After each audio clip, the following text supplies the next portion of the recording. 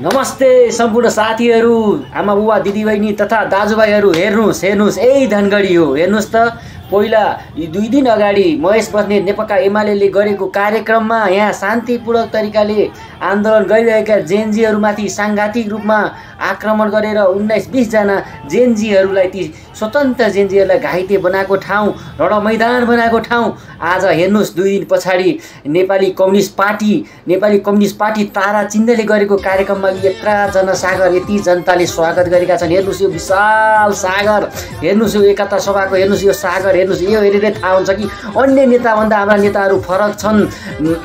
रवि लामछानेलाई 2 चोटि गृहमन्त्री बनाउने, स्वतन्त्र उम्मेदवार हर्क र बालेनलाई चाहिँ गणतन्त्रको फुल मान्ने कमरेड प्रचण्ड लगायतका यी टिमका, भीम रावल लगायतका टिम अनि हाम्रा माधव कुमार लगायतका टिमहरूलाई जनताले यसरी माया गरेका छन्। अब लक्षण भनेको बहुमतको हो। अब बन्छ देश, फागुनको चुनावमा तारामय होस्। अब बन्छ देश बनाउने जिम्मा कमरेड प्रचण्डको हो।